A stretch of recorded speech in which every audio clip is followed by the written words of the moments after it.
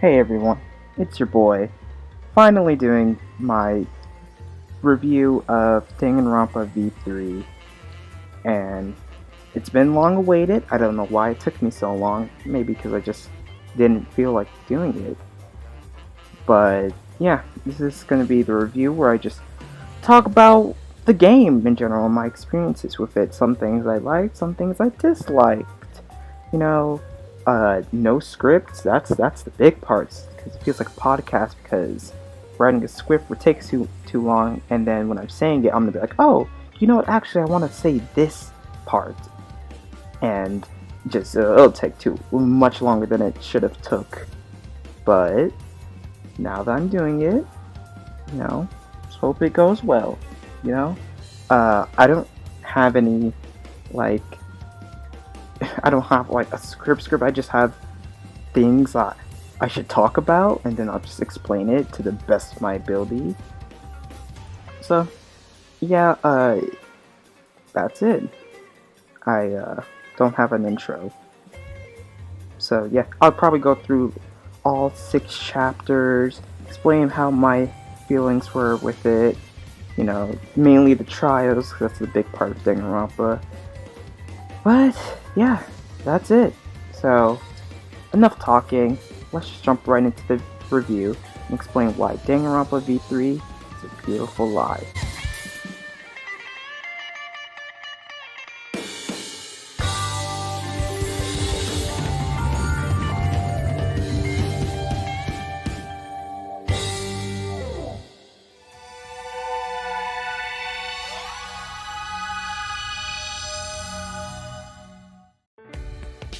Now, I just want to preference and say this, that I already know everything about this game. Like, I know who the killer is, who died of every trial. So, going into V3, it was a matter of just experiencing what this game was all about, seeing what it had to offer, seeing all the characters, seeing the story, just seeing everything about V3. While, I kind of did spoil myself on everything, I still wanted to, just experience the game. But I guess there's only one way to start a game, and that's by Chapter 1. So, Chapter 1 of V3 to me, I didn't know all the characters. I knew some of their names, like Kaede and Suichi. I knew their names. I don't know nothing about them. But, Chapter 1 is just an introduction. It's like every other Danganronpa game. You start off, protagonist, you introduce yourself, and came in Hook's Peak, you see all the students, and you interact with them, get to know them a little bit, and just, basic stuff. Until, of course, Monokuma shows up, and, you see all, the killings. He says killing starts, and of course, but with this edition in V3, we got new companions, people that go alongside with Monokuma, like how Monami was alongside Monokuma in DR2, and that's the Mono Cubs. Now, I'm just saying, I don't think I really like the Mono Cubs that much. Like, they were just like, since there's 5 of them, you can't have 5 stories, but just like develop. That's the word. Develop the characters, which are the 5 Mono Cubs. So I didn't really have anything to attachment towards them. So that's all to start. But I guess I should start this review by starting the first murder, the murder of Rentaru. I'm not even gonna say his last name. Amada. I don't know. Rentaru Amada. Starts. You know all this. Let's just get to my experience with the trial. Now, I knew Kaede was the murderer. I knew that, and I knew it would switch to Suichi being the protagonist. But of course, I didn't know how.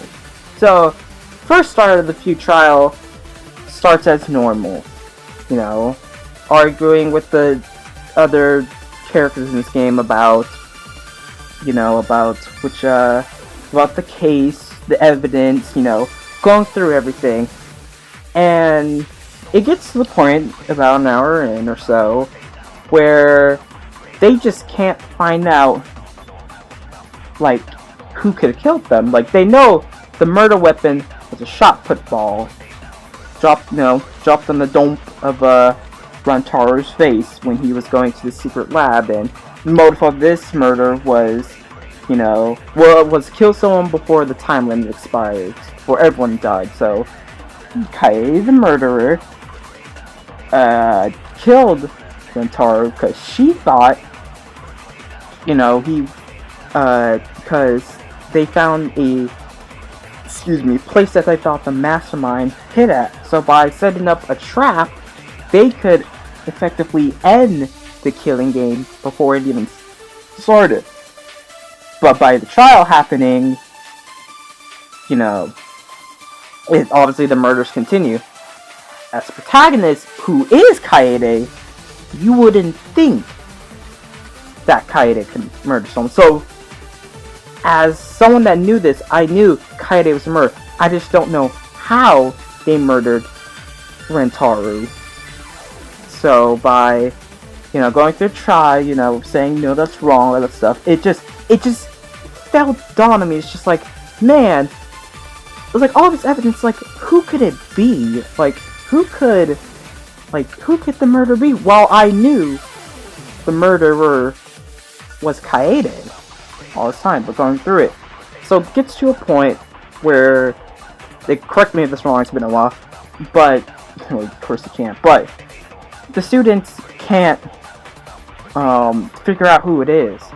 So at a point in the trial, it gets to the point where the students don't know who the murderer is. So Kaede, without outing herself, just saying, yeah, I'm the murderer, which kind of leaves hints that she is the killer of this case. And so then you take you do the whole, pick who the killer is. It switches over to Shuichi's point of view. So now the trial is going by Shuichi's point of view, and of course Shuichi, who, probably developed a crush on Kaede, is starting to, not hope that she was the killer. And I also felt that while playing it, even though I knew Kaede was the killer of Rantaro, still playing it, I was just hoping she wasn't, because she's such a likable character that I'm just like, I hope she's not the killer, because I want to experience more of her, because I, like Kaede. So, I feel how Shuichi feels, that, I know, I'm hoping she's not the killer, but in the end, Kaede is in fact the killer. I know this probably doesn't sound right, but it's whatever. You try your best to piece together. This is just a passion project, you'd say? I don't know, but yeah. Then you go through the second half of the trial is about exposing Kaede of her crimes, going through the non-stop debate, the Hangman's Gambit, which I will talk about later in the review, in my opinion, and then a new game called something Taxi, or I don't know. It's like Logic Dive, but not like Logic Dive. From DR2, but it's something new, and also new mini games. But I will talk about the mini games at a later time. Right now, we're on chapter 1, going through the trials. So that's all I would say. My experience with it is just, I'm hoping that it's not true. But in the end, Kaede is found to be the killer.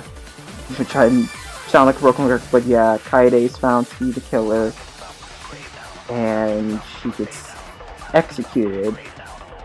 With apparently one of the mono cubs, which is a running theme that one of the mono cubs get killed in every execution. But man, Kaya's execution was brutal. Honestly, I still knowing how she got executed, it still felt brutal. Like, I don't know, man. Just seeing your favorite character dying like that, and of course, when it's the first chapter of every Danganronpa game, it shows, a cinematic cam of the killer's blackened reaction to being chosen for death, I guess.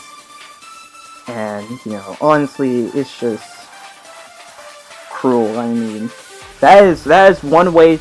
That is one way to open up a game. Like, throughout all the other 2 games, I was like, I knew that the protagonist can't kill anyone. We didn't kill anyone.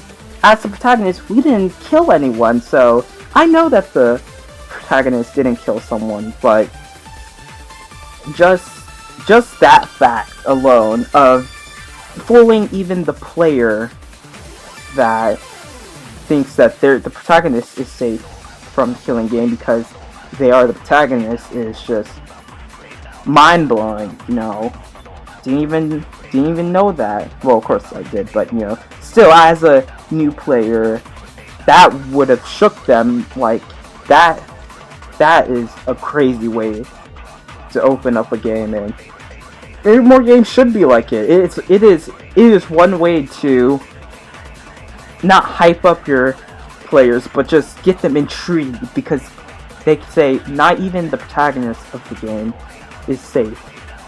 So that's just a summary of first chapter. Main point takeaway from the experiences was just the protagonist Kaede 9, and just it's just like, how can like a sweet girl like her kill someone? Of course it was for good, but game can't just end in one chapter. But it was a crazy opening to D3, to say it was crazy. But that's thoughts of chapter 1. So I guess I should roll it over to chapter 2.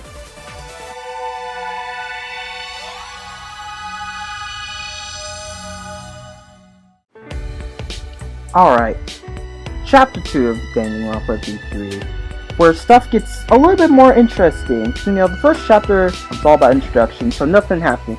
Chapter 2 is when it starts to pick up. Now, being that I kind of did spoil myself on trials, the chapter itself, well, the story, I know nothing about. And so, and something I forgot to mention in the chapter 1 time, because I'm recording this in separate times, because, talking just endlessly would kind of hurt, was that, while searching around the school, because, as you do in the chapter 1, they find a sewage strain that they attempt to try and escape from, which with a little mini game that I've heard is rather difficult, but is doable. I tried it a few times and didn't succeed, so that was not very cool. But even if you did succeed, you get a special theme, and then Monokuma just kind of resets you back to where you were. So even if you win or fail, you don't really gain anything. You still have to do the killing game. But back to chapter 2. Chapter 2, everyone's sad. So Suichi, as you play as Suichi, he is omega sad because he developed a relationship with Kaede, and now that she's gone, it really hurts him, torments him, and and he has an appearance change. He takes off his emo hat and reveals that he has an antenna, so now you know Suichi's the protagonist of V3 because he has an antenna. You can't do a Danganronpa game without an antenna. So he walks into the cafeteria, where is the common meeting place in Danganronpa games, hatless.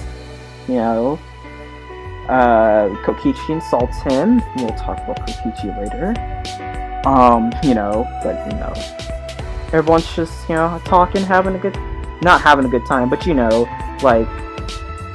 not doing terrible. Kaito also comes in, tries to give us some more support, so he's probably going to be the bro of this game. Well, of course I know because I played it. But anyways, back to chapter 2. We meet up in the cafeteria and the Monokubs come in, with Monokuma of course. And of course, like in other Danganronpa games, like Danganronpa 1, after a trial happened, new parts of the school was unlocked. And Danganronpa 2, after a trial, Monami would beat up something to progress the story to unlock the new island in that game. Well, for this game, it's because Suichi is the ultimate detective. The Monokubs and extension Monokuma give items to you, key items that are used throughout the globe, where the academy is, to unlock new areas. So the first part of chapter 2 and subsequently every other chapter is you get some key items to use at certain places to gain access, I guess, to new places. But in this game, there's some different. In those new places, and also in the beginning area, there are ultimate labs, which are rooms dedicated to everyone's ultimate talent. So, for instance, Kaede, her ultimate lab is a piano room, because Kaede is the ultimate pianist who is really good at her fingers. You should note that. And in the new area, you find Kurumi's the maid. Her ultimate room is, kind of like a master's room. Master like in olden times, and it's a maid place. Basic stuff. You find a short tennis boy. I'm going to try to remember his name, but since this is live, I'm trying to think of his name. Ryoma. He find his lab, and since he is the ultimate tennis player, his room is a tennis court.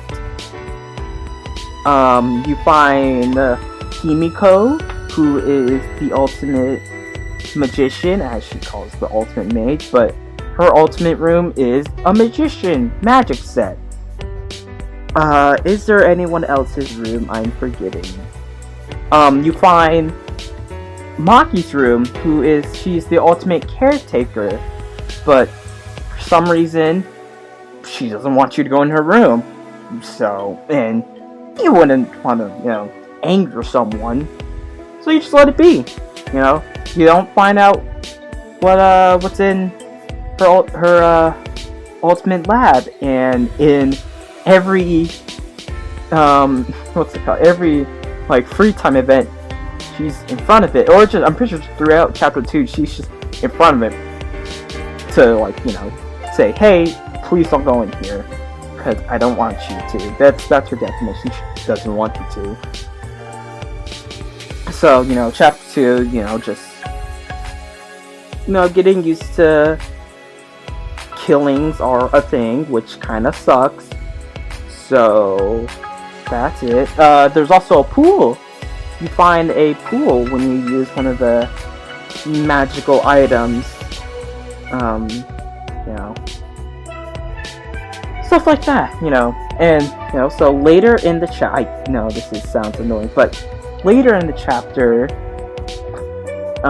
it comes up. I have what's happening on the side screen, so I can remember it and just remember my experiences with it. I think my experience with chapter 2 is just experiencing, because I don't know anything from the chapters, so actually experiencing it is a whole new experience. So I'm just kind of cruising through the story, and also just experiencing all the characters. And after saying all this, I'll give my piece on every character at a later time. After I do review every chapter and every trial, I'll explain characters. But that'll be for a later date. Right now, it's a story. Nothing too much is happening. Just new areas, new stuff.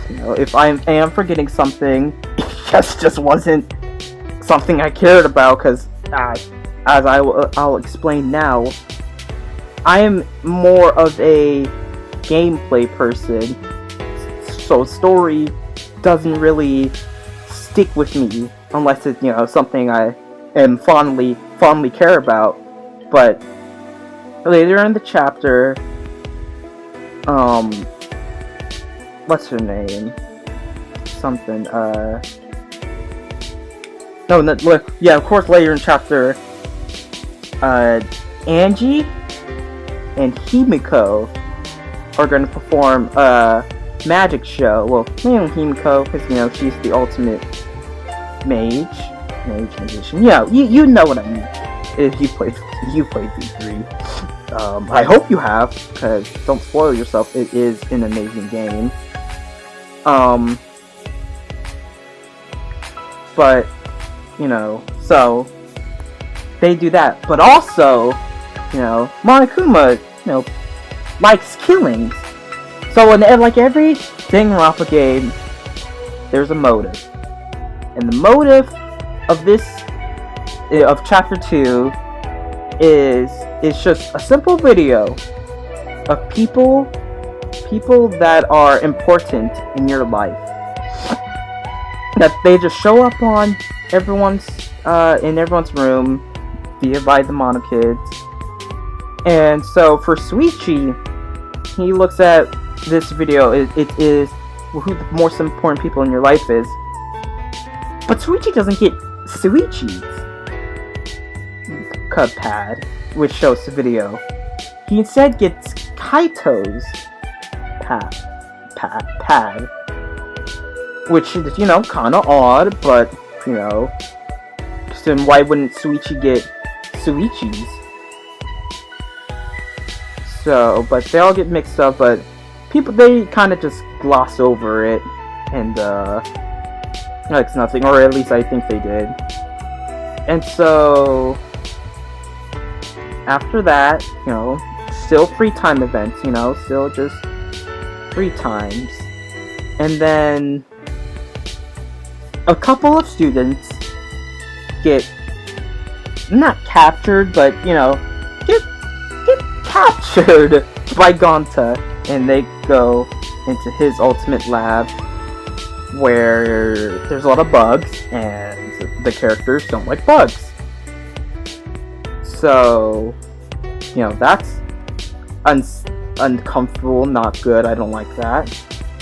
I know this is just one jumble mess, but I'm just, explaining it. I guess I should get to shots, but I'll just explain it.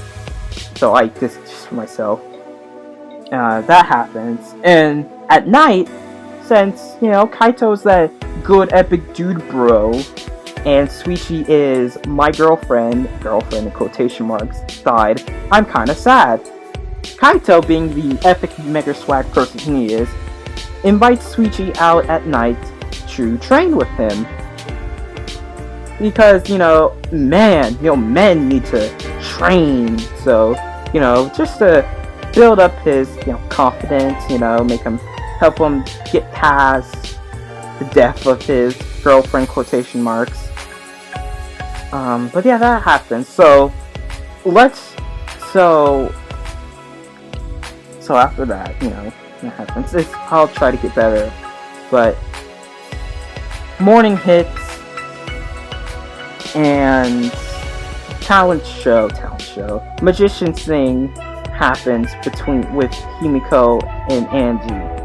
Himiko is going to try to escape a tank of water for piranha plants. Before piranha plants come in and attack her. She has 1 minute to do it. And in that 1 minute, if she's not out, piranha plants would come in, attack her. And everyone is kind of questioning it, like, no, you probably shouldn't do this. But she says she can. So it happens. After a few seconds, she still isn't there. And after a minute, Gonta goes up there on the tank to see, where is she? And she, he doesn't see her. So where she could be? After a minute hits, piranha plants come down into the tank.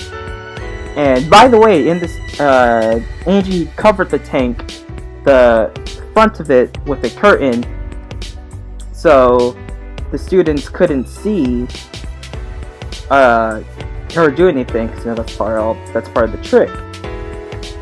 So after that happens, and the minute happens, Angie reveals what's inside of the tank, and the epic, the noises of a body discovery happens, and you find the body of tennis boy Ryoma, and then he gets eaten by the piranhas, and that is the murder of chapter 2. So, after investigating, getting some evidence, getting all what you need to convict the killer, or just not convict the killer, but find out who the killer is, chapter 2 hits. Or chapter 2. Trial 2 happens. And nothing, going to this, I already knew. Kurumi is the killer of Ryoma. So, again, this is just another seeing how it goes with all the new minigames. See how it goes. Okay. So, nothing special throughout the trial that piques my interest as or I can remember, but just back and forth arguing with all the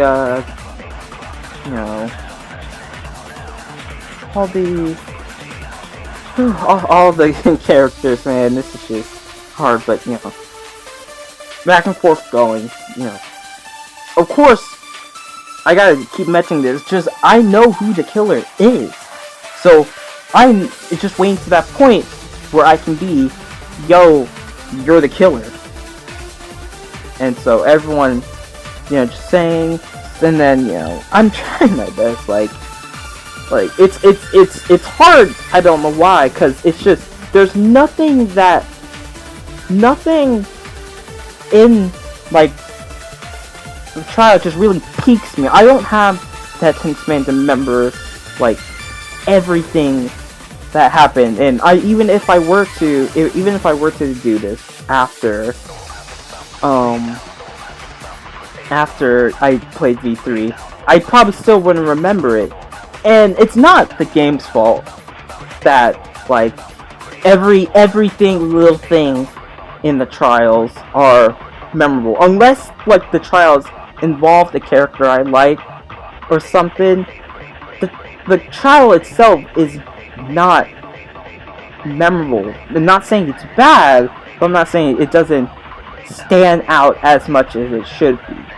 And I will just preference this now. That is probably trial 2, 3, and 5 that are really really about this. But since this is already going long enough, I can see on my recording software, I'll just get to it. You find out Kurumi did it bad. She killed him, and but when we find out why she did it, apparently Kurumi is the president, I think, of Japan, and so her motive was that she needs to get back to her people and save them. So she murdered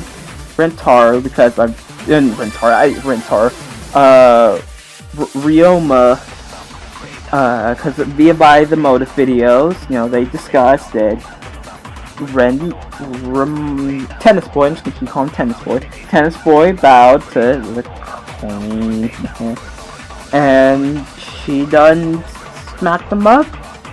And her method, since the gym and Tennis Boy's room are so close, over only getting the space being the pool, using a zip line, she zipped line from his room to the gym window, dumped his body in the tank that held the piranhas in it, separating them so, he wouldn't get eaten up. I don't know why, but, this is Danganronpa. Stuff don't make sense. Getting eaten up, so, yeah, she gets executed. Her execution, not really anything too memorable.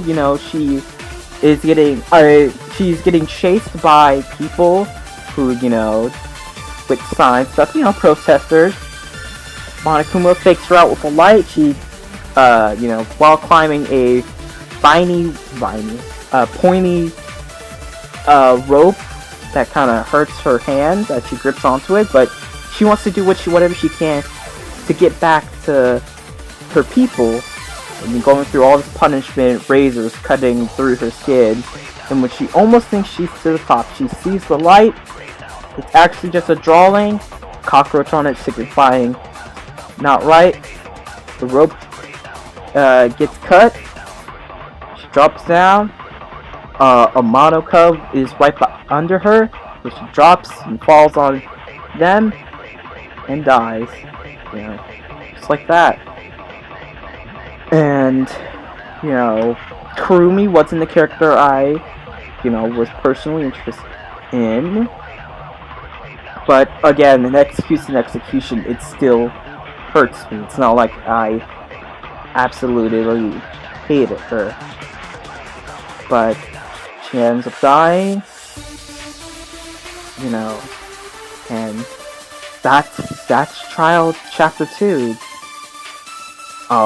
Not having a script is really biting me in the butt, but it's more, I'm more able to just say my thoughts, and that's why I said, this is probably like a podcast, you just listen to my thoughts, because it's just everything that I just have to say, and I know it's not the most interesting, but I think when we get to that, after I explain the trials and story, it'll be more interesting because I have lots to say about that. But as that is, Kurumi is the killer, blackened of Ryoma Hershey's, and that. Let's go head on chapter 3.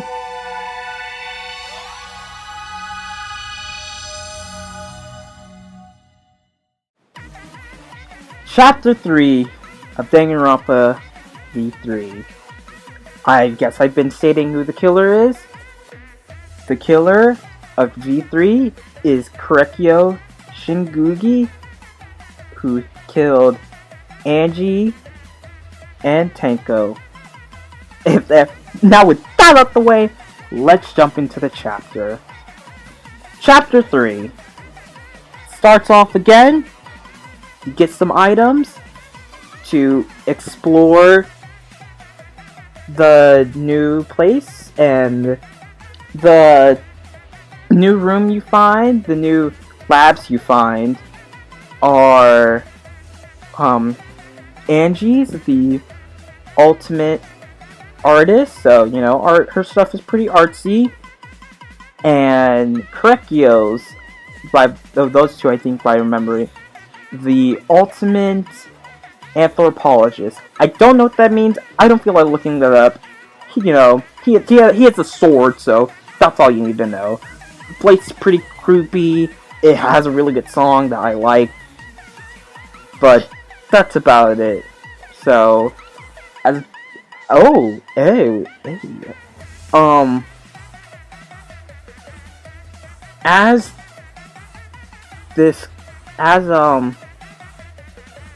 and also, the main big, since I'll try to shorten this to it not being so long, because I saw by the last recording, that dumb thing done took 20 minutes to explain, and it's not even an important chapter, but Chapter 3 has a very interesting scene between two characters. Probably already you know what I mean. Mew and Kibo. You know, it's a scene. I won't lie. It is a very interesting scene. Keeping this PG. But if you know me, you know, you should know how that scene made me feel. But anyways. Chapter 3. What I gotta say, one of the main takeaways from this chapter is the reveal of a certain character. Oh, and by the way, throughout Chapter 2 and going on, after every you find the new places, Monokuma shows. Oh, they find a flashlight. I forgot what it's called. Flashback light, something like that. And it's a light that shines on the character, and it goes through this whole Sailor Moon-esque transformation scene where they transform into anything, but you can see that Suichi is packing that heat. But it's something to show a little bit about their past. And, you know, I won't get into it, but, you know, just see how life was, what life was like before they went to the academy. You know, they were probably like, you know, this is really better than being in a killing. You know, I don't think being in a killing game is pretty pog. So, that's all. But what I want to say with Chapter 3 is that a reveal of a character being the character of Maki. Forgot her last name. Won't try to pronounce it. But Maki. You would think the ultimate caretaker who's, you know, oh shoot, does that happen in a later chapter? I completely forgot if it was at this chapter or another chapter, but, you know, yeah, I think it's another chapter. Shoot, I'm being stupid. So, yeah, that's another chapter. I don't feel like editing this out. This is taking long enough. Oh, nope, it was this chapter. I'm stupid. Okay. Maki is not who she thinks she is.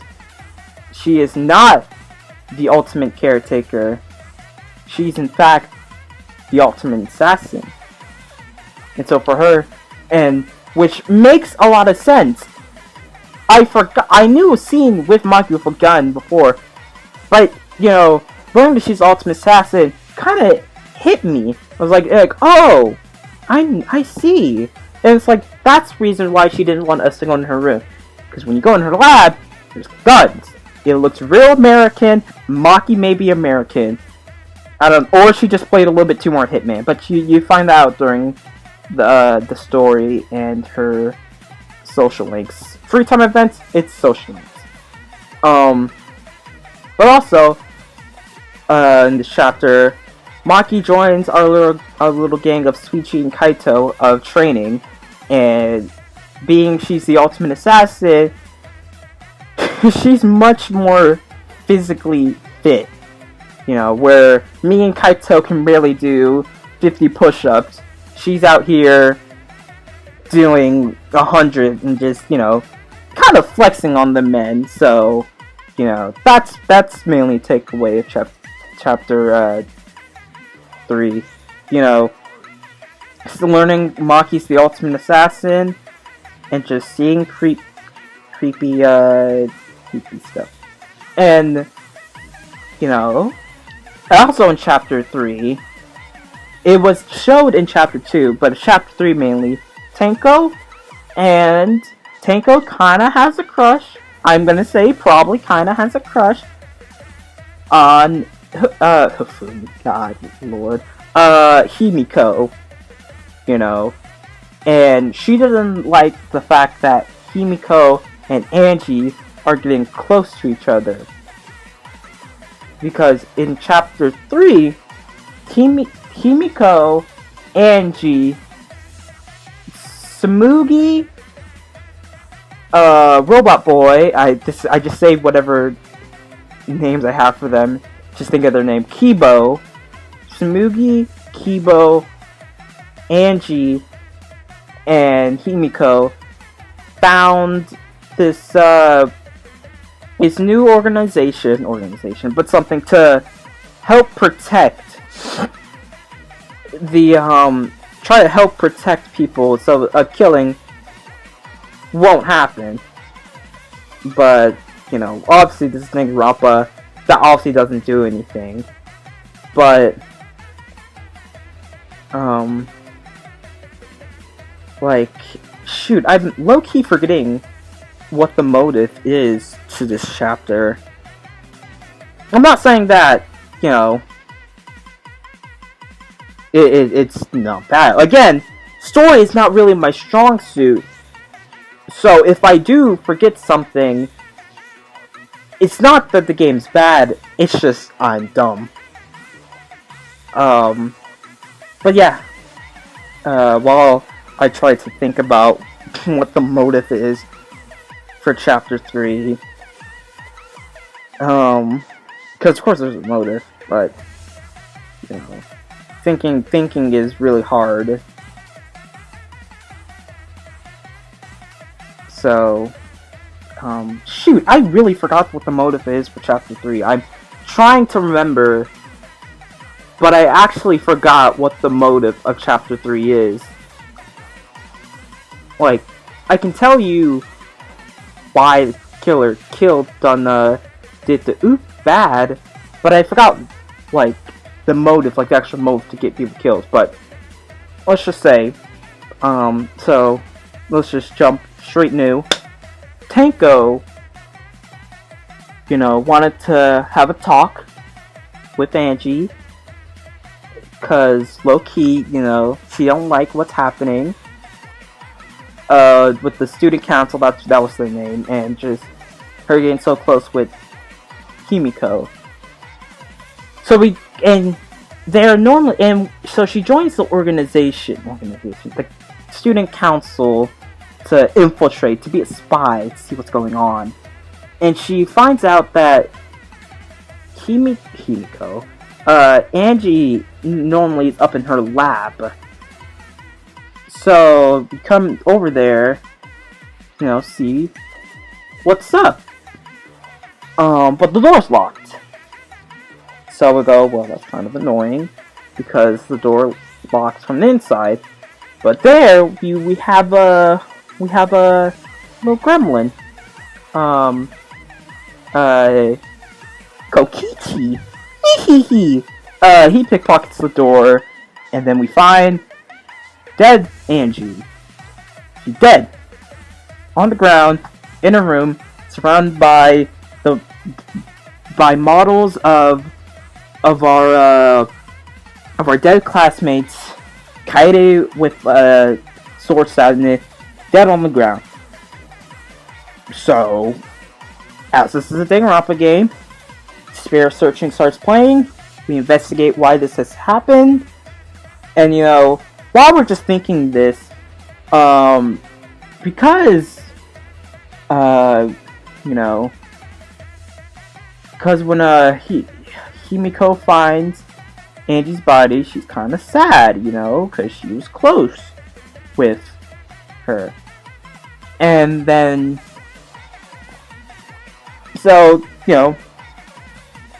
they were doing so Kurikyo thinks of a ritual to talk to the dead.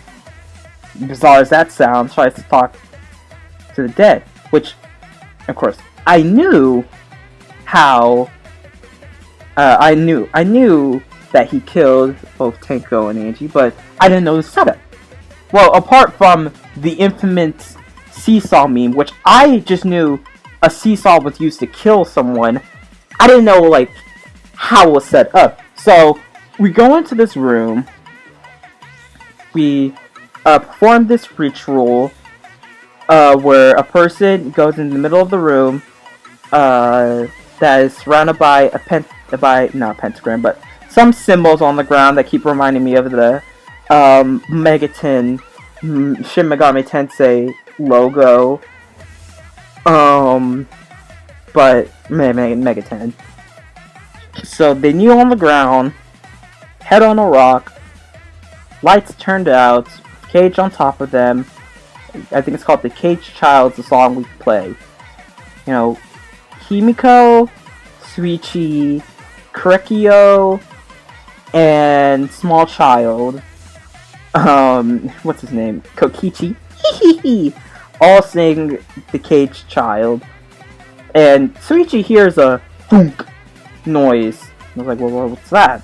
But we continue singing.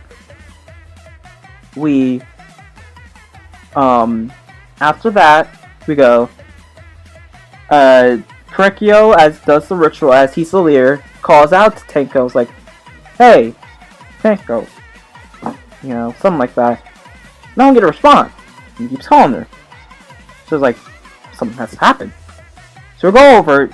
The cage is surrounded by, that's on top of Tenko, is surrounded by a blanket, which has a large statue on top of it.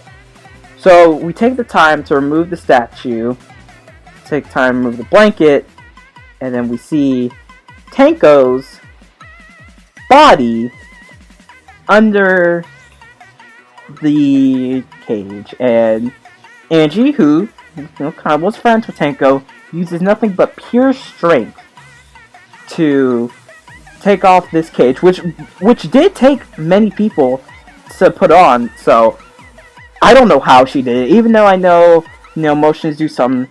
It took 4 people to put the cage on her. It's not like Gonta used just himself. No, it's Himiko, small bony child, lift the cage up. So I honestly was just confused, how this happened. Details later. Tenko's dead, Angie's dead, double murder. This is Danganronpa, double murder happens every 3rd chapter for some reason.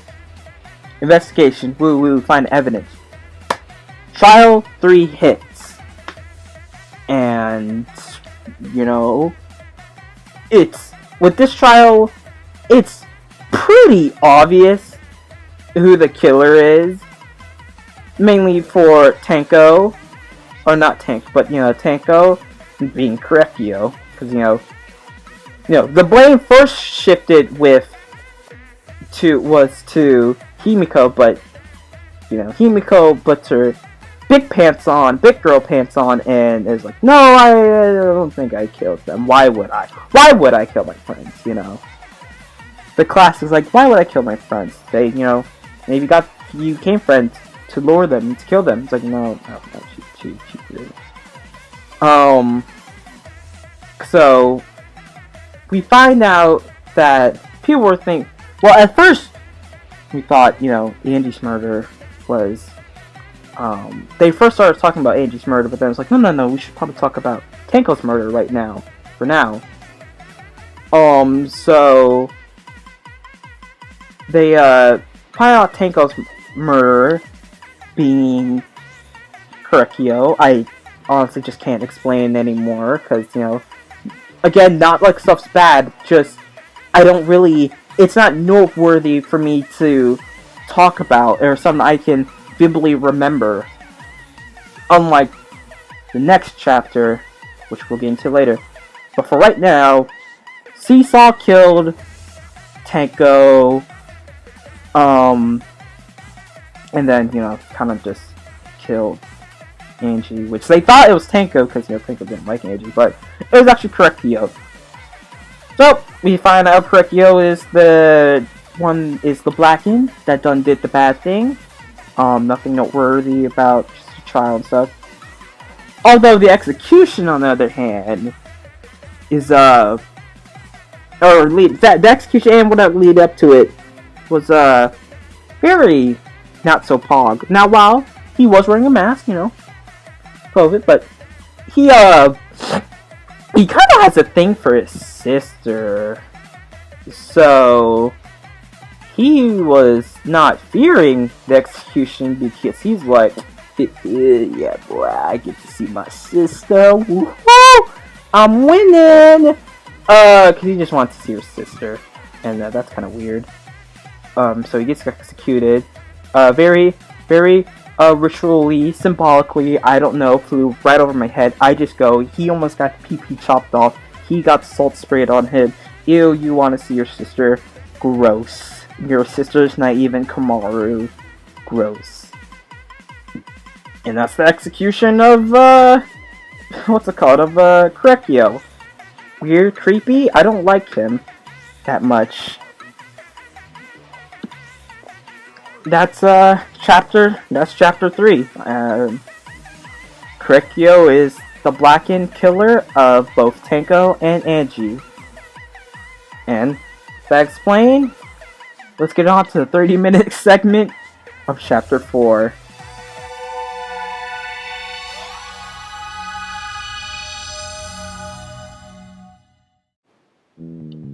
Now, chapter 4 of Danganronpa V3. Playing through the game, you know, I developed, you know, feelings towards a character, and due knowing the outcome of every chapter, it was interesting, to say the least, of going through every chapter, knowing this character that I love will eventually die. That being it's not obvious if you know me. Chapter 4, the killer being Gonta Gokuharu, murdering Miuruma. Now, playing through chapter 1, 2, 3, mainly chapter 2 and 3, because I did take a long hiatus from playing chapter 2 from playing chapter 1. That didn't make sense, but, you know, long time. But mainly in chapter, through that time, through before playing chapter 2, and playing chapter 2 and 3, I started to like you. But knowing when chapter 4 hit, I just, you know, got off the ride of doing chapter 3. And then knowing chapter 4 hit kinda hurt me. nothing against the game, just I knew this was the end of Mew. I enjoyed her throughout every trial, every chapter.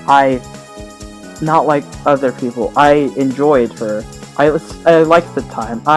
She was the first person I maxed out because I knew when chapter 4 hit, I would no longer see her. So I did everything in my power to max her out, to get to know her, to, felt feelings, for her, because I do, she's my waifu. She's my favorite character in all of Danganronpa. And, that's just interesting. Like, it sucks. It sucks when it does happen, when your waifu does die.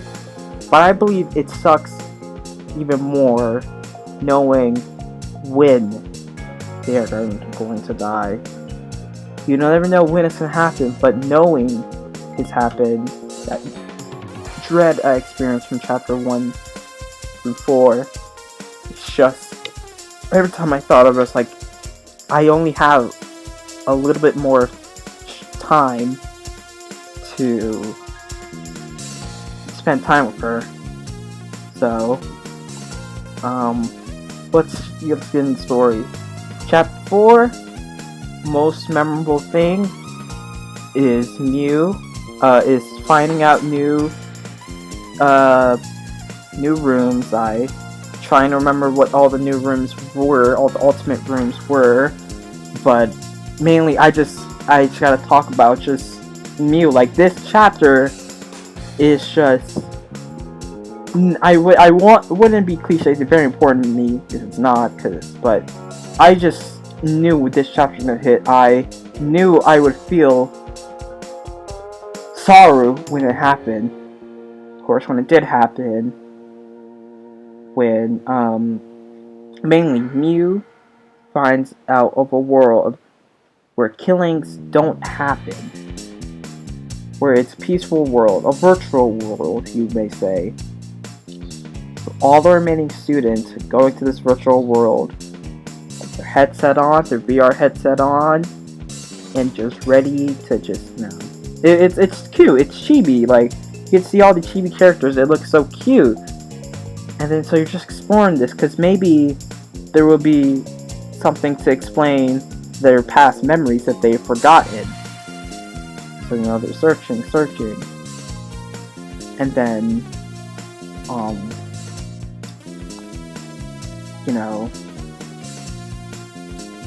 they find Mew's avatar still not making anything happen.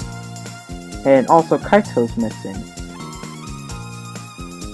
So when they go to the telephone, which is the place they use to exit the virtual world to go into the real world, they find Mew's body, her hands around her neck, as if she was being strangled. Now, I knew how Mew died. I don't know the setup. I knew the murder weapon was toilet paper. I didn't know how it was used. So, with this chapter in particular, with this investigation, not saying it was personal, but it was personal. So, and when we get to the news section, I will explain, I was never so ready to get this investigation.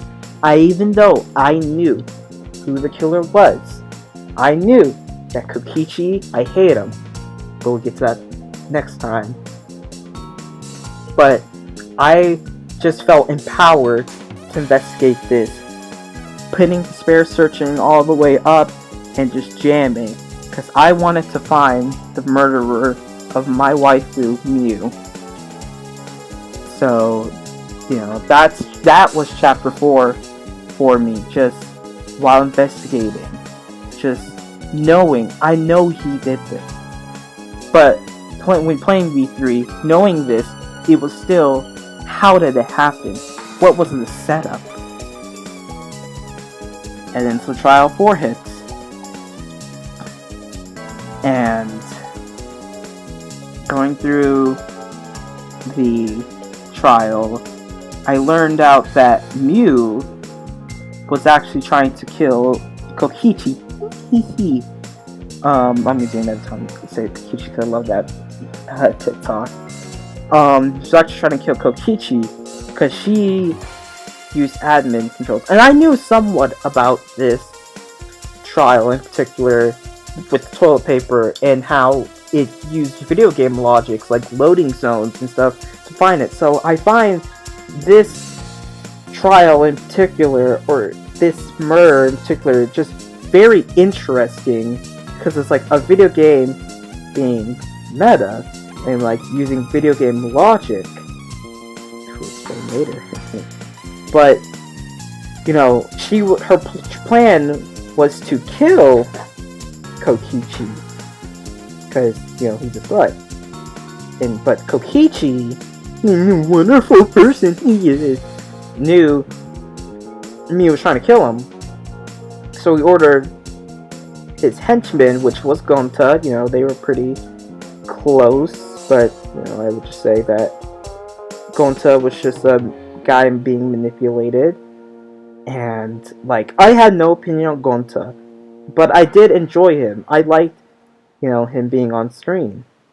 But just what happened in Trial 4, knowing that, it's not the fact Mew was trying to kill Kokichi, because I already didn't like Kokichi. First, when someone told me that Kokichi is like Nagito, and I despise Nagito, I already didn't have good opinions on him, and knowing I already didn't have good opinions on him throughout chapter 1 through 3, and knowing that he ordered Gonta to kill her, my waifu, just kind of hurt. And to find out that Gonta doesn't even remember the fact he killed Mew because he put on the headset wrong, just hurts me even more. Like Mew, that Gonta just chapter 4 is just trial 4, maybe I should say, it's just very interesting. It's just Gonta just didn't deserve to die, and the fact of him not knowing that he killed Mew is just the worst part about it. I don't even like males in games. I don't really care for, but it just hurt going through the closing argument and all that, just knowing he didn't deserve this. Kokichi is one to blame, and this just showed like how much I despise Kokichi. And while I was live tweeting my experience with P3, I just go, how do you like this person? Like, this is, I guess I'm just so, not innocent, but just so, no, bad guy, bad, but just, you like him? You guys like Kokichi after this? This is awful. Gonta, a person that didn't deserve this, was manipulated by Kokichi to murder someone. Now, while, say, Kokichi fans would probably say, I don't know, I don't interact with any of them, but just still saying, Mew was trying to kill Kokichi, well, Kokichi was kind of a threat, you know, with his lies and stuff. He was a threat. I would understand, I would also do the same, but just seeing this just cemented of, yeah, I don't like you. Like, it's like, I know they're like an antagonistic character, but like, I hate you more than the actual antagonist, and they're doing a freaking murder game. It's just, oh man, it was just awful, and just convicting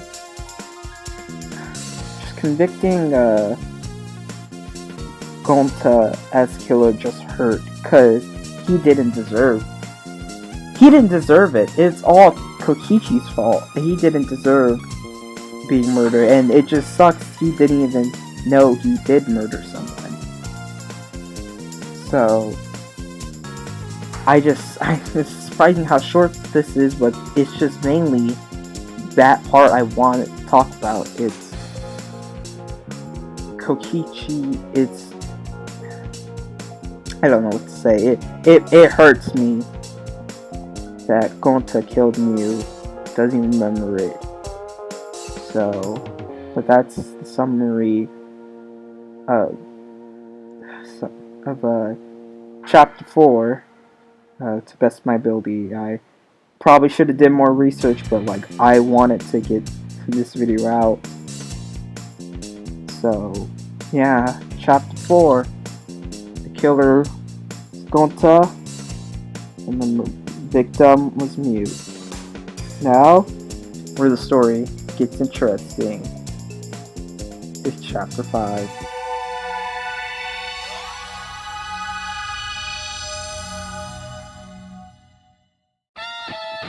Chapter 5 of Danganronpa V3.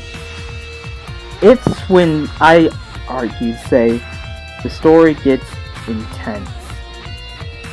A lot of stuff happens. As I did with other things, explaining the killer and the victim, I would save that for the trial. Chapter 5 is, while it's mainly Kokichi focused, while I don't like Kokichi, I gotta say, this chapter is just very interesting. Knowing the victim and killer, I knew that. But as I explained time and time again, I didn't know how the chapter went. And this had to be the most interesting chapter of Danganronpa V3. To start off with, Kokichi paints himself as the true mastermind of this killing game, which I know it's not true, but it's just a lot of Kokichi stuff. It made me dislike him, and like, even though I'm getting excited, I still really hate him. But the chapter itself is interesting.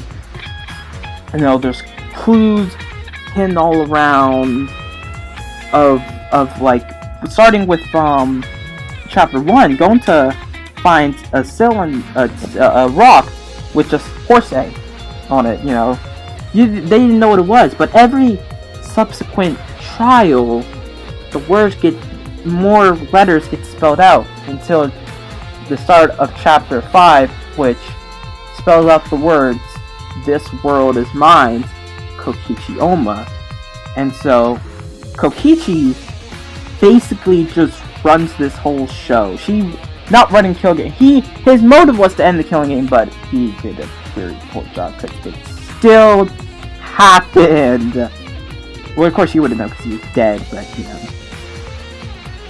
know, it's all Kokichi focused this go around, and just seeing like again, as I explained, I hate with a burning passion Kokichi. Just the chapter itself is the most interesting of the game. Where do I start? Like,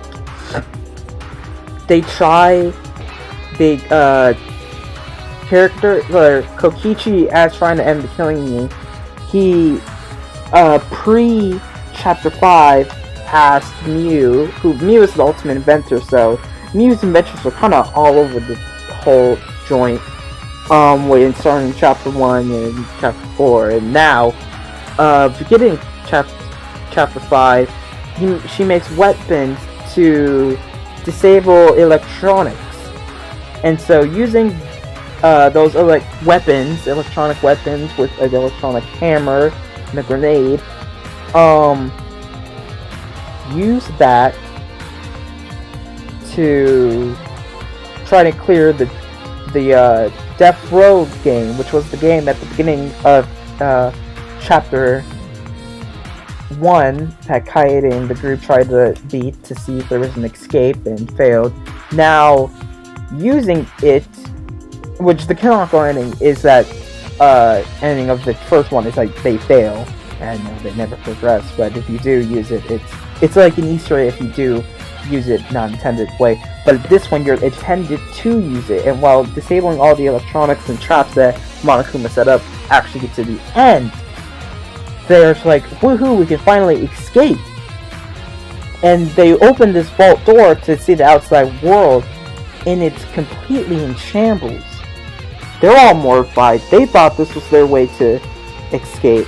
And then Kokichi, with it, had himself just, explains, the world is gone. Ultimate despair did this, blah blah blah, that stuff. Details that I'll probably try to explain in chapter 4, because it all makes chapter 6, because it all makes more sense. But after that, characters are mortified. Kokichi kind of, because since he is acting as this the game's mastermind, he has controls over the Exiles, which the Exiles are the robots that the Mono Kids operate, but since all the Mono Kids are kind of dead,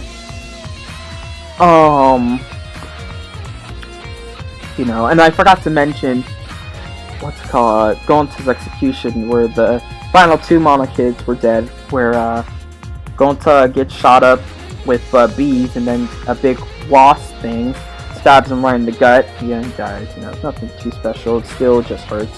But, chapter 5, Kokichi kinda grabs Mr. Yo-Yo Man, what's his name? Freaking Kaito Momota, Luminary of the Stars, and locks him prisoner in a place that we recently discovered with items. I don't want to explain it because it happens every chapter, because I'm trying to get to the big juicy stuff. Anyways,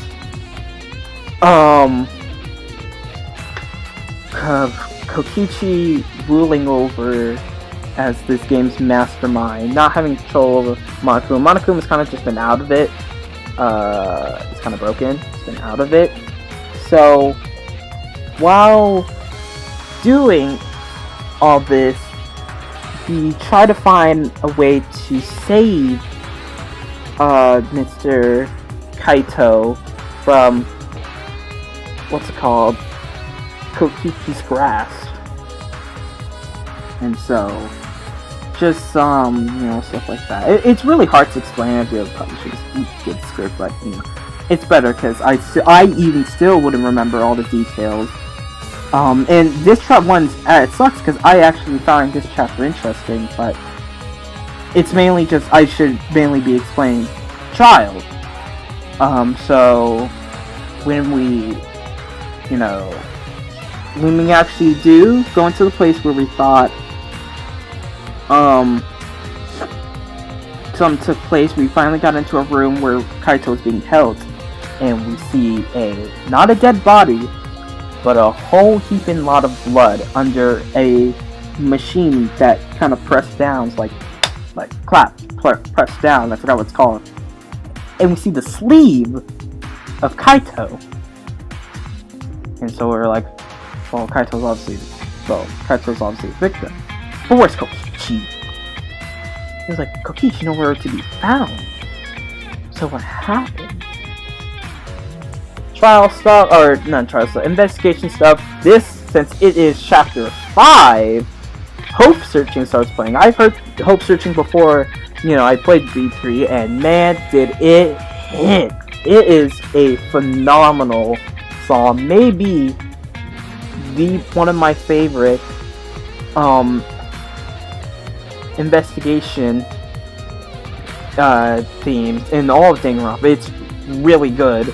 That started playing, jamming out, seeing oh, what's happened, since I knew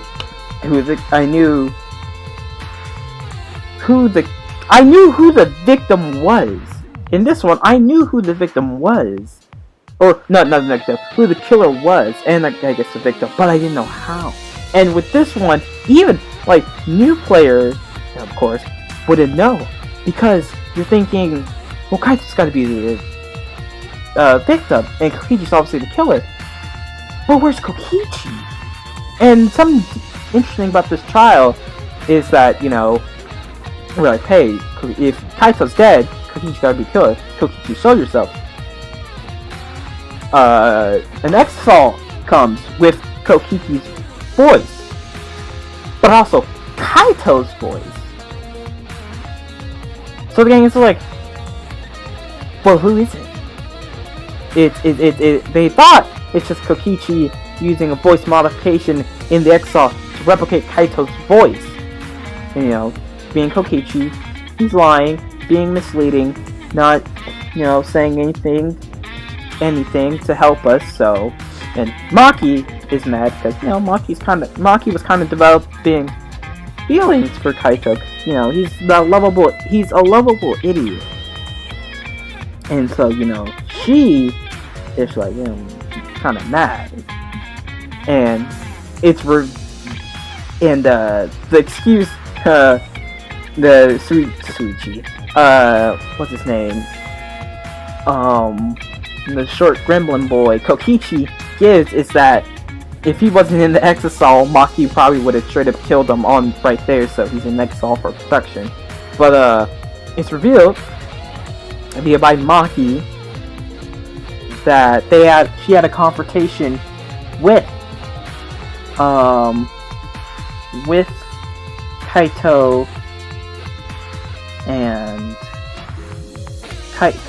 and what's it called? Kokichi.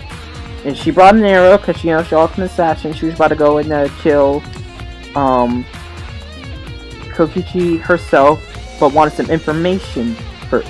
And before she was about to pull the trigger, which was she had a poisonous dart crossbow, because of course why would you use a gun? Use a crossbow. She accidentally shot Kaito. Kaito jumped in front of Suichi. Kokichi to save him. Maki's like, well, it's poison, so I should probably go hurry up to Mr. Suichi's lab, which was found out Suichi's lab, and also Rentaro's lab, but Monokuma said, well, he's dead, so you can't get into it. So, you know, that's it. But since Suichi's lab has one antidote, that antidote was trying to give it to Kaito because the door's locked when she left, so she went through a window that was in the bathroom where Kaito's being held, tried to give it to Kaito, but Suichi stole it from Kaito, who was also shot with a poisonous arrow. But, so, Kokichi drinks the antidote, which we learned was fake, because Kaito and I keep saying Suichi, Kokichi actually had a plan, and their master plan was to create a murder that not even Monokuma could find out, effectively ending the killing game. So Kokichi fakes drinking the antidote, making Maki think that she killed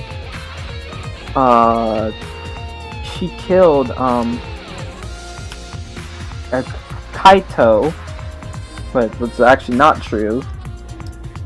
And after Kokichi drinks the antidote, they fill out their plan using the machine, because, see, of course I explained that Monokuma has cameras all over the facility, so he knows where everyone is and who killed who.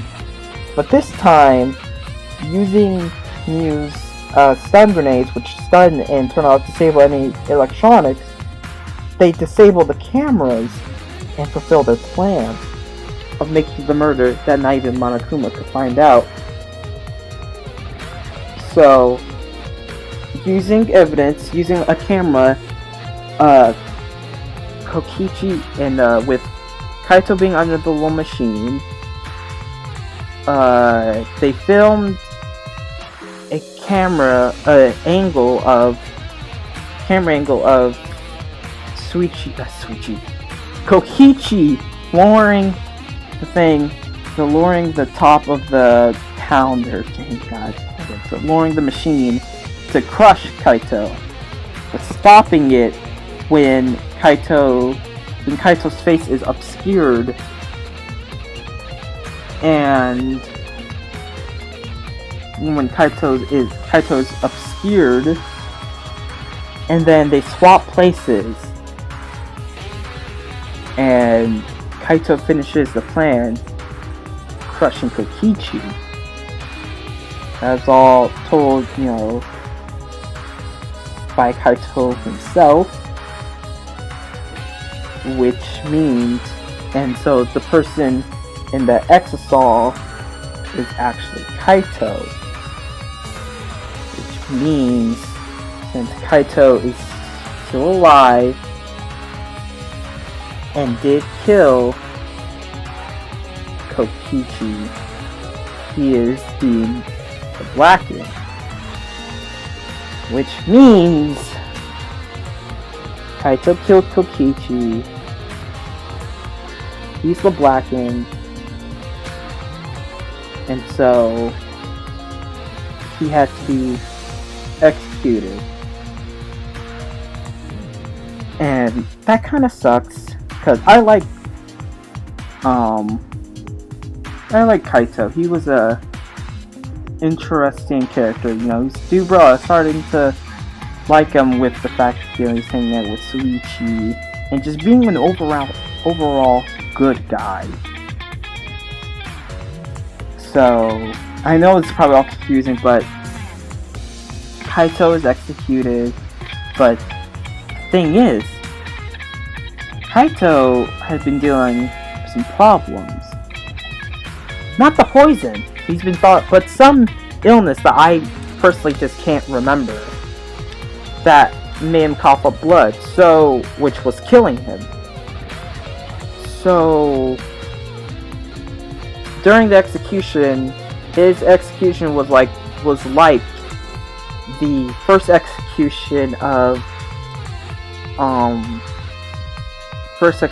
in Danganronpa 1. Spoiler alert, but you should know that, of the headmaster of Danganronpa 1.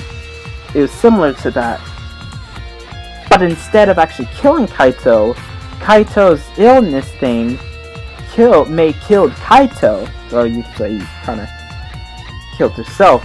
Monokuma not killing him. The execution failed. And while the rocket was crashing down, it crashed through the building, or the trial grounds, whatever. And as it came down, rocks came and hit Mr. Kibo's antenna off. There was totally nothing with that until chapter 6, but Monokuma was angry. And that was chapter 5. I gotta say, arguably, even though I couldn't explain it fully into words, chapter 5 probably is the most interesting chapter of V3. That's what I would be saying, but I'll just talk about it in chapter 6, which I think arguably is the most interesting chapter of just all of Danganronpa, which we'll jump into now.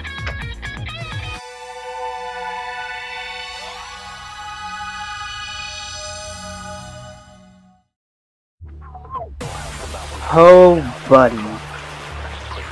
Chapter 6. Goodbye, Danganronpa. Of Danganronpa V3.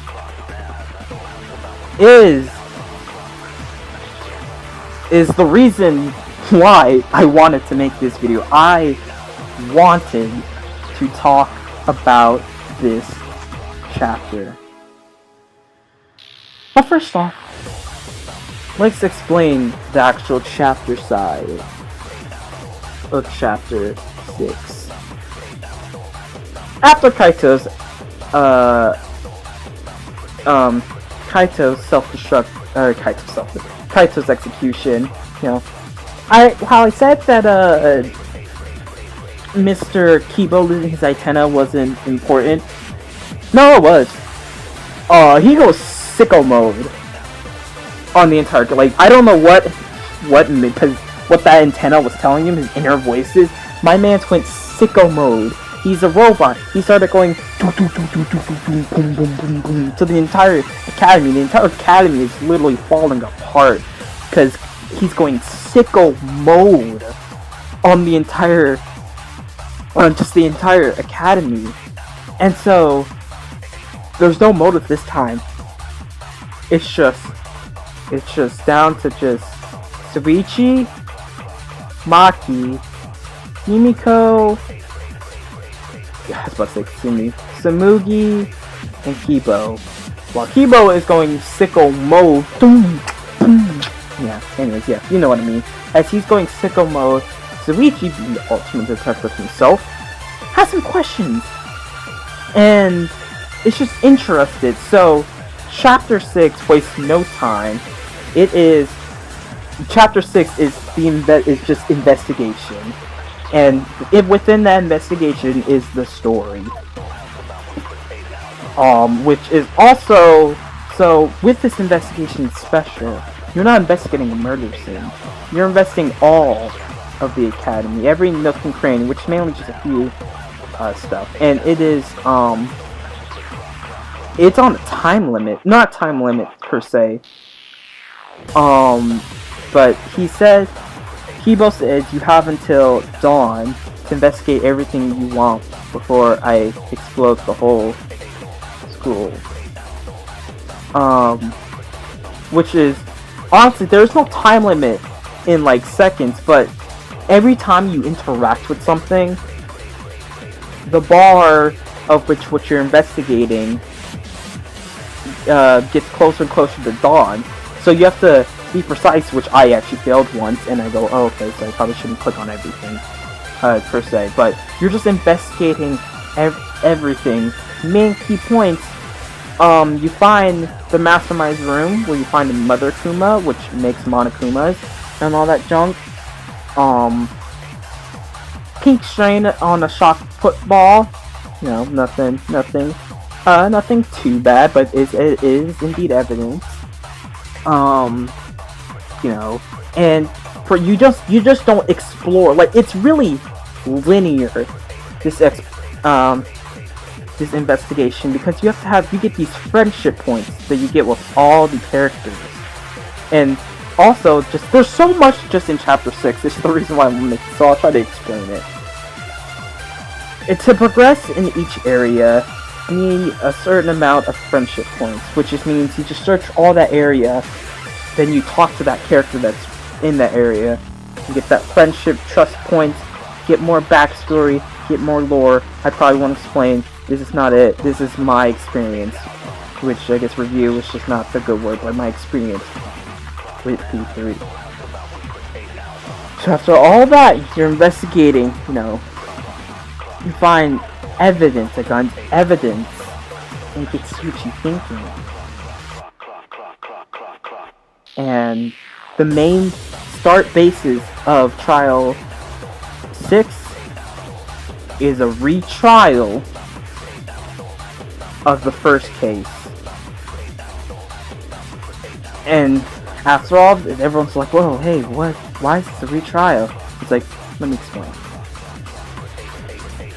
So, I did a poor job, but it's mainly, all of Chapter 6 is investigating all the secrets and everything about, I was about to say Hope Street, but the Academy, and then learning some stuff about Trial 1.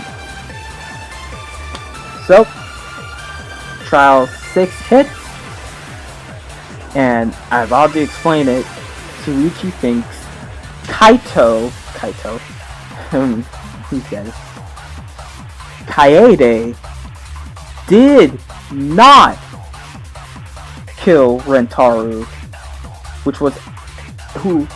and it was actually the mastermind that killed Rentaru, because Rentaru didn't know who his ultimate ability was. But as you find out, Rentaru's ultimate ability is the ultimate survivor. And he has survived the past killing game. But as a player who has played Persona, Danganronpa 2, you go, well, wait a minute. He's not in DR2. Now, me knowing the secret of Danganronpa, seeing that clicks. But I won't explain that until we get to the juicy part of trial. And so, after finding a secret hidden passageway that leads to the girl's bathroom, that is in the girl's bathroom that leads to the mastermind's room, and thinking about alibis at that time, you find out who the mastermind is. The mastermind and the killer of Rentaro Amada is none other Suichi, no, it's not, than Tsumugi Shirogane, which I knew, but it was still interesting to see that she actually killed Rentaro. I didn't know that part. I was like, she killed Rentaro. The alibi of her using the bathroom, and that Kaede's shock put ball missed Rentaro, and she was the actual one to kill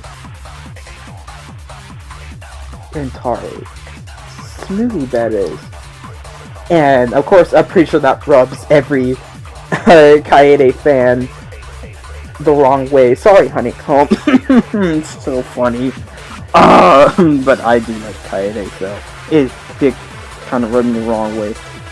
But that's until when this later half happens. And man, Trial 6, the ending of Danganronpa V3, has to be the most controversial ending in Danganronpa. Because not only after finding out that Smoothie's the killer, it just becomes into a lore dump. Like that's the best way to explain it. It's a lore dump that Danganronpa is not real. Now, I knew that Danganronpa wasn't real. I knew, it's just that fact alone, that ending is just of saying that they are all fictional characters. It's just meta. It's just like, it's meta.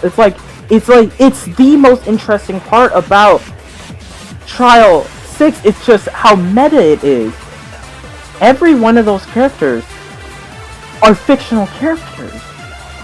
And it's controversial because people, I guess from what I've seen, people don't want, it's crazy. Like, people didn't want, people didn't like the way that Danganronpa V3 ended. But while playing the trial, I came to like it. I came to like Tsumugi. It's just interesting because, like, it's like how meta it is. Everyone, like, as a player, not anything in the game, a player of a video game, you know those characters are fictional. For the game to itself to say these characters are fictional, it's meta. Playing it, it's just crazy, and it's like, it's a crazy way to end the game. And I knew all the characters from the previous games were coming back, and it was just, it's hard to explain. I'll try my best. It's hard to explain why I liked it so much, but this ending is amazing.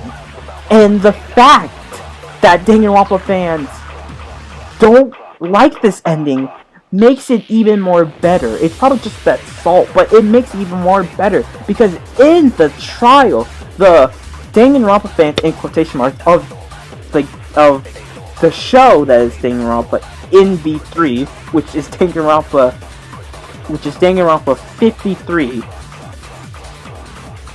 are saying they don't want Danganronpa to end. And it's crazy how that relates to the real Danganronpa fans.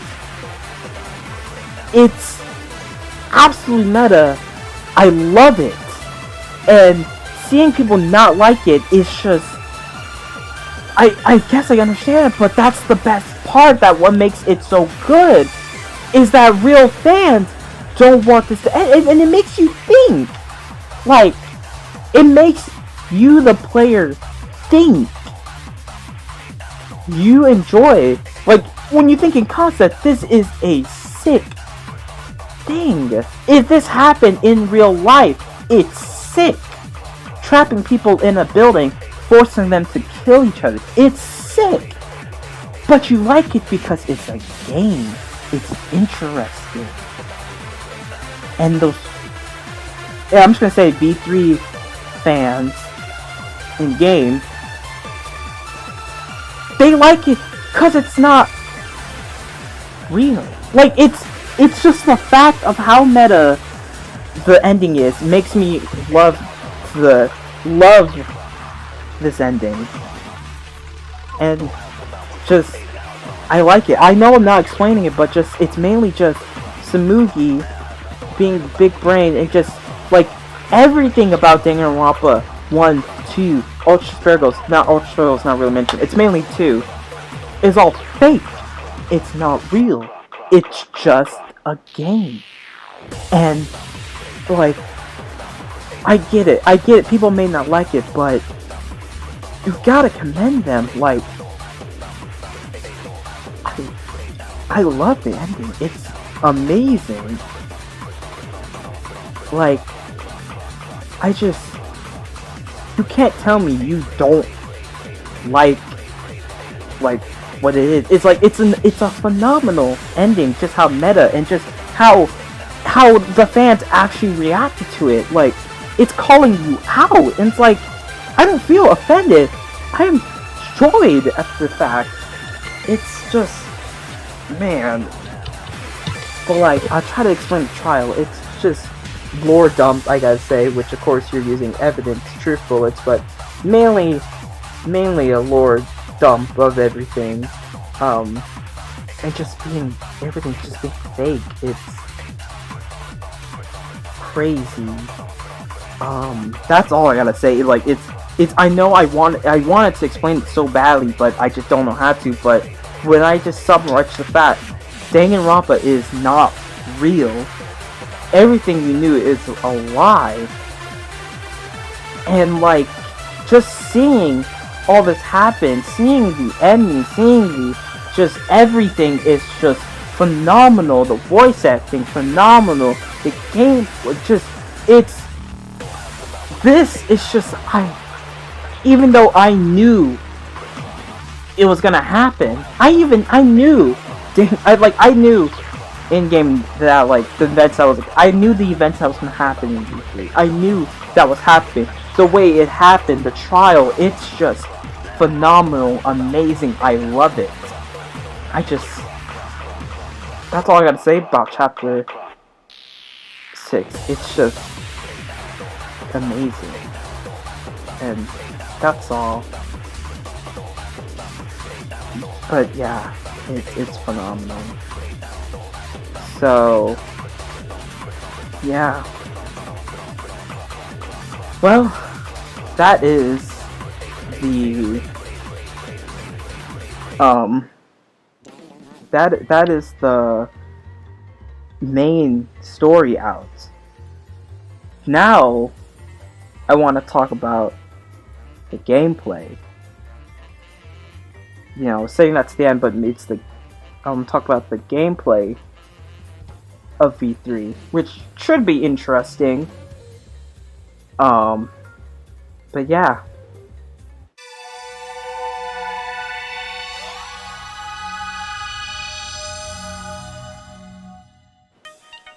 Alright.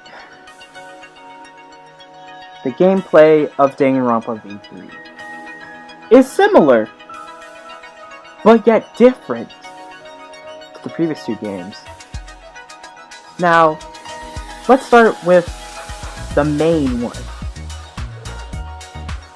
The panic, the non-stop debate. The room spins around, and statements start flying out. You know this. You played Danganronpa. That's the reason you're watching it. You know this.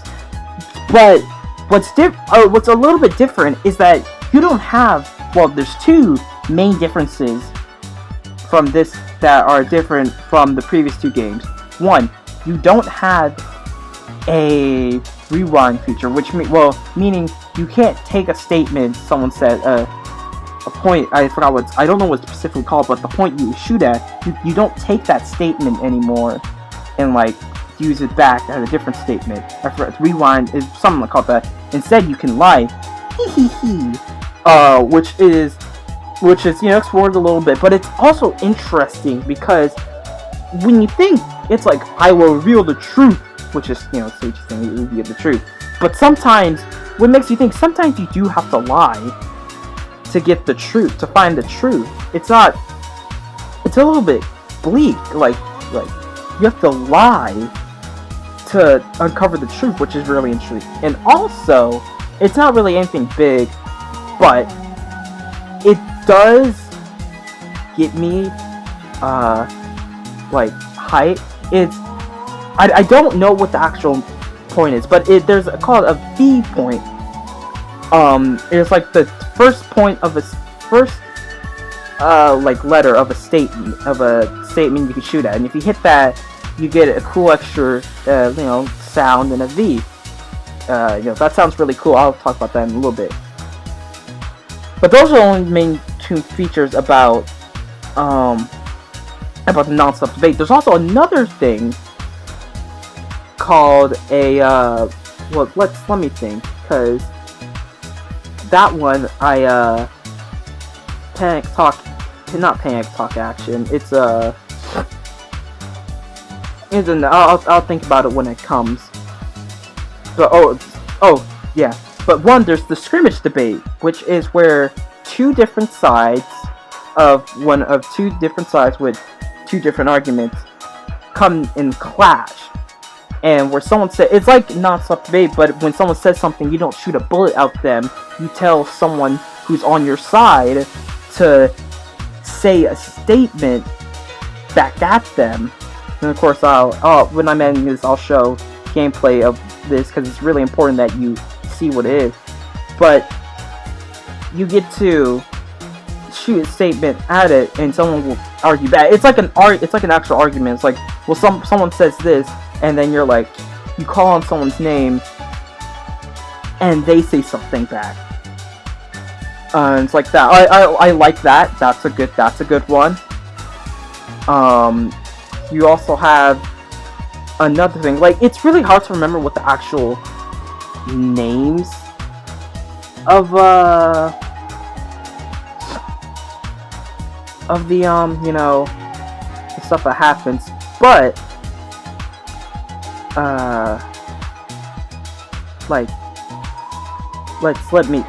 let's think. A scrum debate, that's what it's called. And also, the one I was talking about is a mass panic debate, where it's panic. I keep saying that. It's non-stop debate, but there's three people arguing at the same time, and you have to search your way through, see if there's something you can shoot your truth bullet at. It's like that. That's also really good. It was not stressful, but because I had an ability to negate the main point of it. But it's good. I enjoyed that one. Rebellion Showdown. When someone hits you with the no, that's wrong, and you go into a debate with with the swords. It's like DR2. The DR2 one. But has some epic music. It's I think playing I'll of course show it on screen. I don't think I missed one throughout the whole game, which was pretty cool. I liked that one. new features. Um, next you have this. I'm just getting a list of everything so I know what everything is. Of course, you got the closing reasoning, new song. I'll explain that in a little bit. That's the same. It's different from 1 and 2, where 2 was different from 1 because 1 in DR1 you had every page of the comic strip, and you just have to place in the right thing. 2, you had you had like 4 at total, and if you place those in those right spaces, you get another star. 3 is you have all of them, but they're locked behind getting the other ones correct. And I like what DR2 and 3 did, where it doesn't just let you play if you had something wrong, it actually tells you it's wrong. So once you get all those correct, so it's runs smoothly, it will unlock the other ones that you have to do. Next one, Brain Drive, but the last one I like. Next one, Brain Drive, I think that's what it's called, but it's where it replaces the form of Logic Dive, but where you're driving around a taxi collecting letters that will spell out the question that you need to answer, and then you drive your car into that lane that has the right answer, you say that. Also another good one. Is there anyone else I'm missing? Oh yeah. There's one more. Hangman's Gambit. I'm gonna be the first to say, I absolutely despise, disgust, hate Hangman's Gambit of Danganronpa V3 and 2, but I'm gonna do a little tangent on DR2. My experience playing DR2, unspoiled, but I had to spoil myself a little bit on the answers because I just couldn't figure out what the answers were. Like, I know I'm a little bit dumb, but I could not figure out the answers.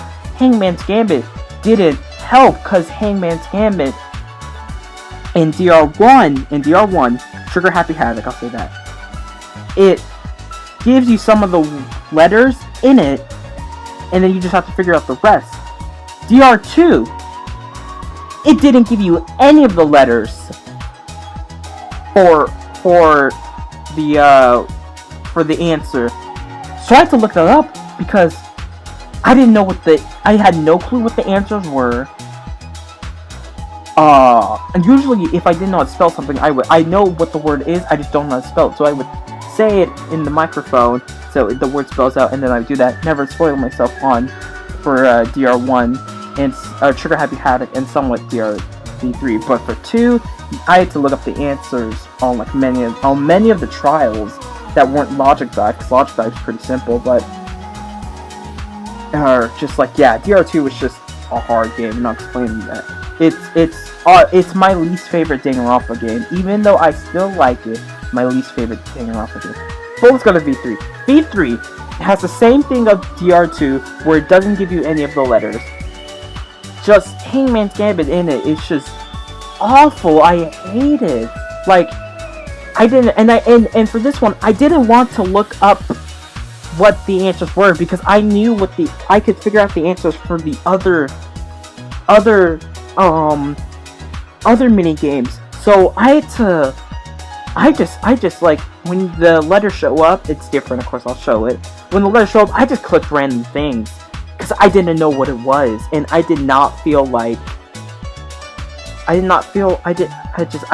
failed so many times on Hangman's Gambit because I didn't want to look it up, and I had no idea what the words were. Sometimes I did, and then I would figure it out, but most of the time I did not know what any of the words were, so I'm just clicking random letters until I get something, so I just can know it. So I absolutely despise Hangman's Gambit in DR3. V3. And also one more I forgot is the mine, not Minesweeper, the little mine game where you have to mine stuff. It's like you click on there's 3 different colors: pink, white, and yellow, gold. And the little blocks. Of course, I'm showing it if you don't understand what I'm saying. But you click on the little what's it called, squares, and once you get, if there's in a pair of 2, then you get to remove that from the screen. And the basis of this game is trying to find out like a weapon. It's trying to find a weapon or something, an object that is related to the case. So you can better know it. So yeah, I like that one. It was pretty good. Sometimes they did not match up. So, but if you keep pressing it with X, it removes some of the time, but it does remove it, and so I do like it. But that's what the basis of the mini games. So now I want to talk about the story, not story, the music. Now, it's really hard to explain why music in a game is especially in Danganronpa, why music is so important to me. Okay, I'll try my best to explain it, but I'll also put in a video of me just showing how the music in Trigger Happy Havoc compares to V3, an extension, and Goodbye Despair, Danganronpa 2. When you're in a non-stop debate, the room spins around and plays some songs, okay, let me explain what the basis is, and then I'll go into detail. The songs in V3 and DR2, but mainly we're talking about V3 since it's a V3 review, don't get me as hype as the songs in Trigger Happy Havoc. Let me explain. There are songs I like.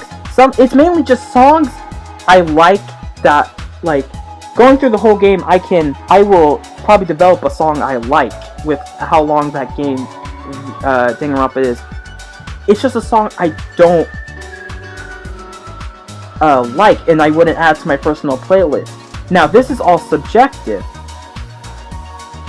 but just the songs do not get me as hyped as they did in Danganronpa 1. Like, I'm gonna play a video here that basically shows what I'm talking about, and I'll try my best to explain it once the video is done.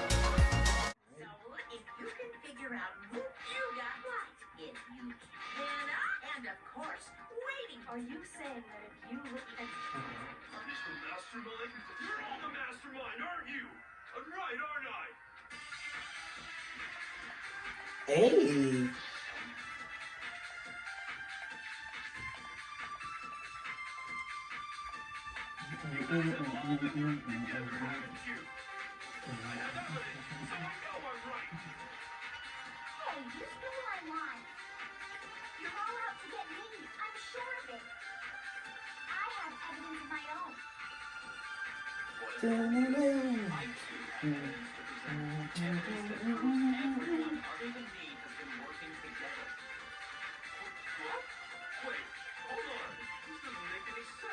Oh, hold on.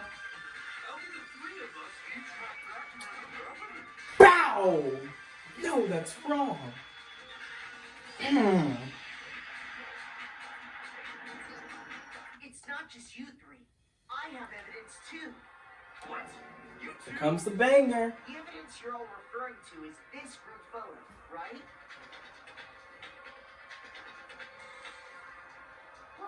Well, yeah. Huh? Wait, but mine's different. With the picture you have, I'm in it.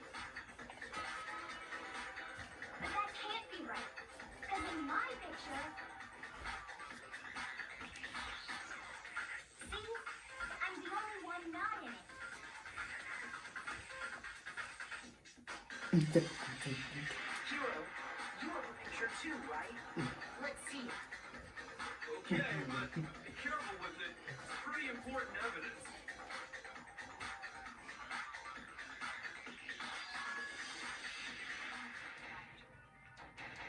Using the information provided by the survivor, Hmm. he is way to open the door.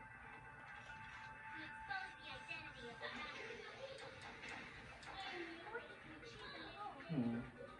They got hit in the head with a shotgun while it died. Because of Kaede's fully automatic killing machine. Fully automatic? There was no culprit at the scene. The only one in the library at the time of the murder was Rentaro himself. That's a fact, right? The camera went off just before the incident. And only Rantaro was in the picture. Hmm.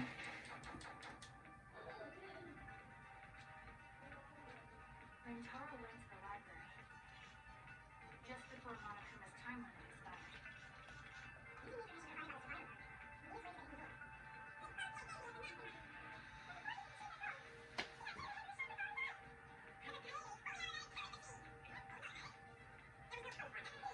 The only one in the library at the time of the murder was Rentaro himself.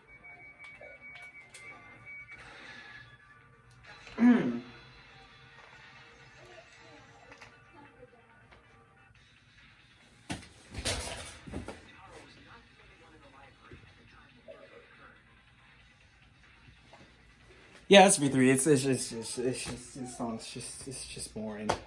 This song's just boring. That's the whole point of this kid. This song's not. This song doesn't get me hype. Alright. Back to after you view it, I'll try to make best explain it. You see how the song, you see how hype I can get. Room spinning around. I'm thinking about what I'm trying to do. I hit the no that's wrong. And a difference between Makoto and Suichi, it's not their fault. Makoto seems more hype about saying, no, that's wrong. And in turn, gets me hype. Because I'm like, yeah, that's wrong. I prove your statement wrong. I'm proud. And then when you see in DR1, that song drops. And I just like that song a lot. It makes me as hyped as possible. But as you see in my V3 example, the song's not as good. Of course, there are some. So like I will say that turn up the I think the name of the song is Turn Up the Heat. I think I will, don't quote me on that, but yeah, Turn Up the Heat. That's the song I like the most. It gets me hyped. It's like woo woo woo. It's like dun dun dun dun. Like just that slow progression of it getting more hype, and then nah. It is like that's good, um, and then my another favorite song after you get the hit the no that's wrong is Class Trial of the Sun, because that one it goes like dun, dun, dun. Like it's songs like that that are slow. It's slowly going up and then just hit. They get you hype. They they they they get me in that mood to like hit someone. No, that's wrong. And it's like it gets me hyped. That's the main thing I love about Danganronpa. One, songs like that get me hyped. They get me excited. They get me pumped. But in 2 and V3, those songs don't really occur. And so I just go, yeah, I did that. But I don't feel good. Like, I feel good, but I don't feel as hype as I did in DR1. I guess just DR1 just set the bar so high in songs that give me hype that DR2 and V3 just couldn't follow in the footsteps. And that's mainly just I wanted to show just in this. It's just DR in V3 and 2, but I'm mainly saying V3. Just they don't get me in that mood or get me hyped. As long as the trial songs, every other song in the game is good. I really like it. I like Cool Morning. I like Let's Best Friends. You know, songs like that. But in the trial, the main point of Danganronpa, songs like those just don't get me as hype. With that, I think this video is long enough. So let's be going to the conclusion. 3, 2, 1. Hey yo, everyone. That's in conclusion. V3. Well, I guess I had to think of a cheesy, just a cheesy name for this review. But A Beautiful Lie does describe V3 with mainly chapter 6, and just that ending really just shook me to my core. And like, I don't know, but I guess in conclusion I will talk about just stuff that really doesn't matter. Characters mainly. Mainly all the characters are just there. You know, I put them in the there category. They aren't characters I nor like nor dislike. I don't have any attachment towards them. Characters I do have attachment towards: Suichi, Kaede, Mew, obviously, Maki, Smoogie, you know, mainly women because, you know, I'm a simp. But every other character is just there. And then, of course, Kokichi, I absolutely despise him, especially his actions in chapter 4 and 5 just made me, like, just, hate him. But, yeah, V3 is, without a doubt, still a phenomenal game.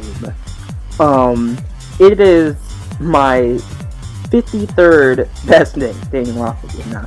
It is my 3rd favorite Danganronpa game.